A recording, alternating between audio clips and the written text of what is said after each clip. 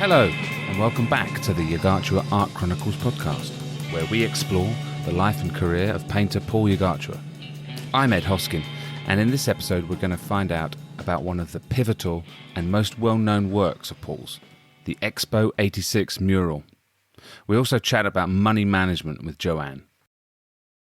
And we had a wonderful year back in the Basque Country, of course, the opportunity to introduce not only the family, Basque heritage, the Basque dancing, and particularly having the language for 1 year.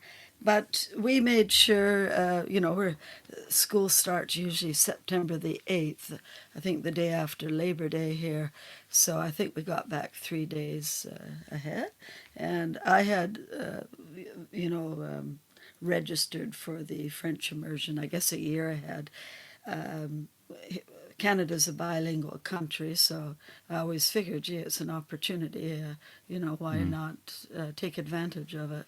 French influence. So the children were settled, and they're used to language from Portuguese to Spanish, and now French. They were looking, they didn't think much about it. It was just something they were used to, actually hearing different languages. Well, it is to do with hearing, isn't it? If you're exposed to listening to a language for, like they were in Spain for a year, whether they can speak it fluently or not, it goes in, and so it remains in their brains, I'm sure, The subject of today is Expo 86, which was coming to Vancouver in 86.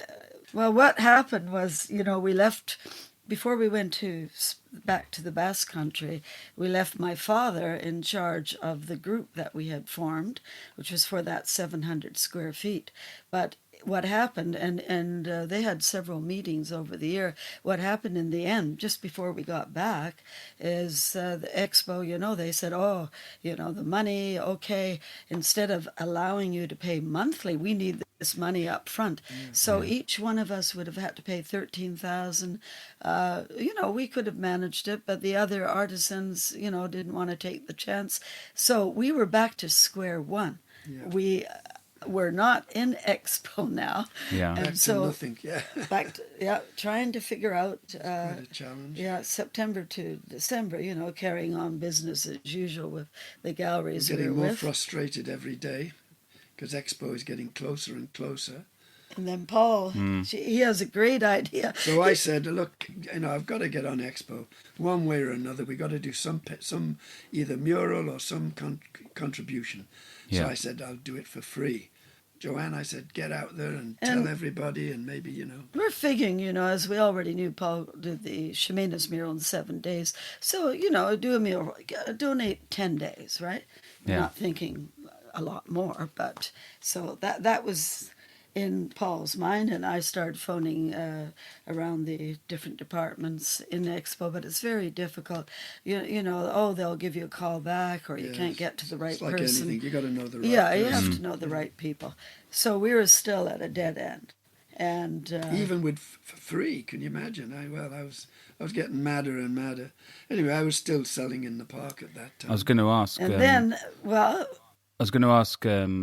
that, just to point out this had already been, Expo doesn't come around that often, and this had already been 2.5 years of pre-planning and hoping things were going to go smoothly. Yes. Oh, yeah. And and had you actually lost your place now because of the team pulling out? Had you actually lost your place? Gave it up. We had nothing. You'd had to give it up. Yeah, the seven. That's right. Well, the 700 square feet, that's right, had to be given up. Yeah. So, because we couldn't do it on our own. And, originally I only wanted to represent Paul. So that was that. So Father says, well, look, okay, I'm going to write a letter that Saturday, right? Yeah. I'm going to write a letter to UN, right? And we'll include Ximenes. And sure, give them all the information necessary and see what comes of it. And we'd already come up with the idea, a title, A World United. I mean, what else are you going to call it, right? Sure, introducing all the different 5 races. Faces and nationalities. And so the mural was going to be, I mean, you'd already come up with the idea of a mural, not necessarily where it ended up, or it was just going to be... No. No. Okay. Just somewhere on a wall somewhere I was thinking of. You know. But we did focus on United Nations. Like my father said, hey, let's send this idea to United Nations. Yeah. You know, maybe they've already got an idea. You never know, because this was Yeah, at the time there was yeah. nothing but bare walls on the Yeah. grounds, you know, massive big buildings with just bare walls. But generally Anyway. things are planned out. So this is that afternoon, well, I was in the park painting, and there was usually people watching me while I'm painting. And so one day, this same Saturday, I was out in the park, and there was this gentleman watching me, and you know, we started talking about things, and because I'm still mad about the Expo, I started telling him, well, you know, I've been trying to get work on Expo. I've been trying for, you know, a year and a half to get in there, and God, you know, I'll even do a mural for free and everything else. And he looks at me and he says, well, Paul, this is your lucky day. I'm the president of the United Nations. here in Vancouver. Here in Vancouver. I said, Crazy. what? Oh, my I thought he was God. kidding me at first, you know. Yeah. And he says, yes. He said, why don't you come down to the Expo site, to the pavilion tomorrow morning, or Monday morning. Monday And morning. it was Saturday, and I said, sure, okay, that sounds good. And we always have dinner Saturday at my parents with So the I children. arrive at the house. And here we've just completed this I've letter. just got this great letter ready for to the- post off. Yeah. Super hard work. And, here I say, Brilliantly hey, done. Paul, we've got all this done. And Paul says, forget the letter. You're not going to believe it. I have an interview with the president of UN on Monday morning Expo site. And we said, well, it just can't be true. This is It's incredible, crazy, isn't it? right? It's absolutely incredible. So it is incredible. So I It go was down just- there on the Monday. If and you of believe course, Yeah. Oh my God, I couldn't believe it. It was like 100-foot wall they want me to paint. 100 right? by You know, 30. 100 So they by showed you 30 that feet wall. What's high. the Yeah. Yeah, he showed me the two walls. Yeah. It was two 90-degree angle, one half to the other. Yeah. And I thought, in oh my God, meters, that's it's what? great. You know, I couldn't believe it. So I go back to them and say, well, it's pretty big. I said, I don't know, Joanne, I won't be able to do any painting or selling in the park Yeah. for a month at least, because Yeah, that's how that long was- it would take me to do That it. you know. was 9 meters by 30 meters, right? 30 by 100 feet. So, hey, something this important, we'll figure it out. I said to Paul, look, okay. don't you worry about time. You take as long as you want, okay? Just do what you got to do and do your best. And obviously, we'll take care of the rest. We'll figure it out, and Yeah. it'll work out later no matter what, right? Remind us how So- big Then we had to Germanus figure was. out. Germanus was half the size, 50 foot by 20 feet high. Which in meters you don't know. So Yeah, it's so twice it's about as a third big of that, and yeah. higher. And Yeah. yeah. Yeah. So I went, now we thought, okay, I'm going to do a mock-up. So I want to do the mock-up as, as big as possible to make sure that they can see what I'm going to do, because I had to make a presentation like 2 weeks later. Yeah. And the presentation was for all the officials of Expo, because everyone had to, UN, everybody UNICEF. had to put their, comments in. You So got I had the owner of the bank, credit union. who is actually financing the pavilion. He was there. Jimmy Architects. Patterson, all the main Yeah. leaders, Not Jimmy Patterson, No. but the architects. That's right, the architects of the building, because they all have to play a hand in it. So then I decided, okay, we're going to do some, a big job here. So I made it 3 feet by 10 feet, the mock-up. Yeah, but it first started just with the center. That's right. I did And the then centerpiece. you Then we added the thought two. it's going to have to be bigger, more faces, because we can't just have 5 faces. We have to make it. The whole wall has to be filled. Even though each face was going to be like 2 meters, at least 2 meters high. God. So Yeah. then I decided we had to figure out the faces. So Joanne and I went through all kinds of photographs to look for the right faces. And depending on, you might find a great face, but it's looking the wrong It's got to be direction. facing the right way. It's got to be looking in the right direction. It's Yeah. The very eyes have got to be. strategical. Yes, it's all very, very planning and designing. Hmm. But I made sure the first two faces were going to be the native West Coast natives. One was West Coast, the other was a Mojave Indian from Arizona. Right. So I used the male man and I used the native face, two faces right in the center of the actual mural. And when you say you started with 5 faces, you didn't mean 5 faces, did you? You meant five Five races, the yeah. 5 main Five races. Five first. races. So was that That's right. was that your decision, or was that the UN's sort of request, or how did that work? was all ours. We were from beginning to end. It was all our project. So they let you A let world you do united. pretty much, kind of give you free Well, I hand. haven't seen the mock-up yet. True. Yeah. That's when I Okay. had to present the mock-up to them. But this was all free as well. But just before you get there, you know, if you wanted to describe how you actually paint something like this when it's 90-degree angle and they're both separate I had sides. to work on each face separately, and I had to design it so that eventually it would be seen as one. But the point is, I was doing the mock-up, and the mock-up was all done in one, flat.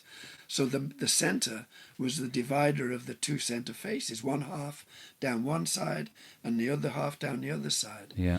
And of course, because of Ximenes having that experience, you know, they did ask afterwards, after Paul did Ximenes, they said, oh, we could do additions, but it's impossible direct from a wall. So once Paul, did, the whole idea is that we would introduce the idea of reproducing This is the idea. Limited editions, postcards. That's right. When we went to that meeting, we were prepared with everything we could do with this mock-up. And it's not so easy when it's in 3 pieces either. Well, there was 16 faces.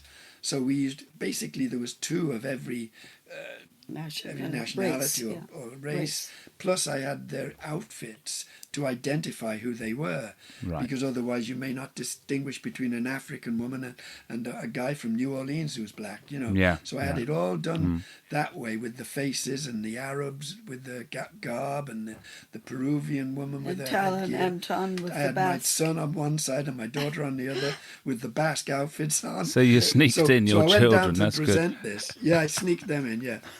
So I went down there to present it to them, and there they all were looking at it. Oh, yeah. And then the head of the credit union looks at it and he says, oh, well, what's the native in the middle? Why the native in the middle? I said, well, you know, if you can think of something representing BC that's indigenous, Canada, right? or Canada better than the Haida chief, let me know. And so I said, oh, okay. And then he said, well, what about this face? And that was Anton and Tala. I said, well, they're my children representing the Basque race.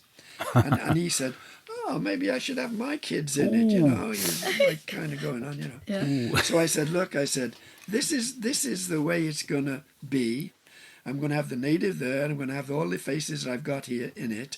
And I said, the bottom line is I'm doing it for free. Yeah. So he turns to me, he says, wonderful, Paul, love it, great, carry on, no problem. That was the magic word, was it? The magic word Yeah. was free.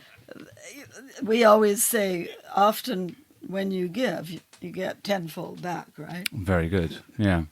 So then they said, okay, we will pay for all the reproducing of the prints, and we'll store them, and we'll get them down to the site. Yeah. This was our project from beginning to end. And also I wanted the opportunity to work with big people, which I don't usually get any say, right?